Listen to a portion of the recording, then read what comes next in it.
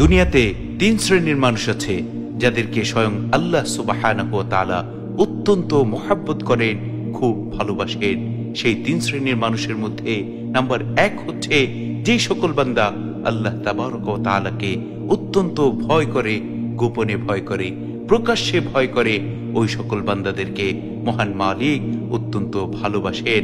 এছাড়াও আল্লাহ রাব্বুল আলামিন ওই সকল যুবক যুবতীদেরকে অধিক পরিমাণের মহব্বত করেন যেই সকল যুবক যুবতীরা যৌবনে মহান মালিককে ভয় করে।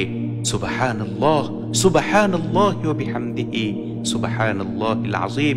এজন্য যৌবন অবস্থায় মহান মালিককে ভয় করা এবং তার ইবাদত করা অন্যান্য সময়ের তুলনায় অধিক পরিমাণের ফজিলতপূর্ণ।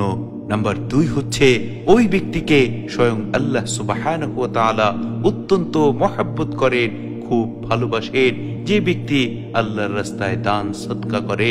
এছাড়াও যে ব্যক্তি দরিদ্র থাকা সত্ত্বেও, অভাব অনটন থাকা সত্ত্বেও আল্লাহর রাস্তায় দান করে, ওই ব্যক্তিকে মহান রব্বুল আলামিন অধিক পরিমাণের মহব্বত করেন, খুব ভালোবাসেন। অর্থাৎ আল্লাহর রাস্তায় প্রত্যেকটা দানশীলকে মহান মালিক অত্যন্ত পছন্দ করেন, ভালোবাসেন।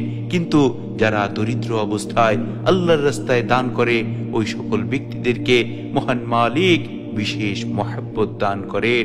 সুবহানাল্লাহ, সুবহানাল্লাহি ওয়া বিহামদিহি, সুবহানাল্লাহিল আযীম।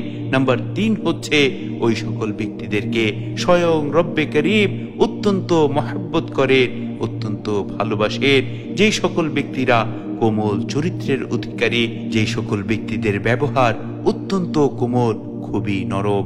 এছাড়াও ওই সকল ব্যক্তিদেরকে আল্লাহ সুবহানাহু ওয়া তাআলা খাস ভাবে মহব্বত করেন, অধিক পরিমাণের ভালোবাসেন, যে সকল ব্যক্তিরা সম্পদশালী হওয়ার পরেও, বিত্তবান হওয়ার পরেও কোমল ব্যবহার করে, যারা অধিক পরিমাণের সম্পদ ক্ষমতার মালিক হওয়ার পরেও মানুষের সাথে কোমল আচরণ করে, মানুষের সাথে নম্র ব্যবহার করে।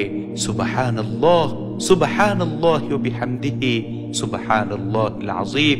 সুতরাং আমরা যদি আল্লাহ সুবহানাহু ওয়া তাআলার মহব্বত ভালোবাসা পেতে চাই, তাহলে অবশ্যই আমাদের প্রত্যেককে এই 3টি গুণ অর্জন করতে হবে।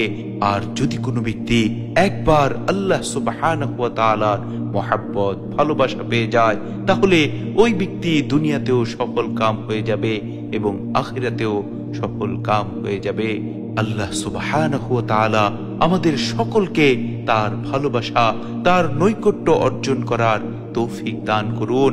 আমরা যেন তার হুকুম মোতাবেক জীবন যাপন করতে পারি, সেই তৌফিক মহান মালিক আমাদের সকলকে দান করুন।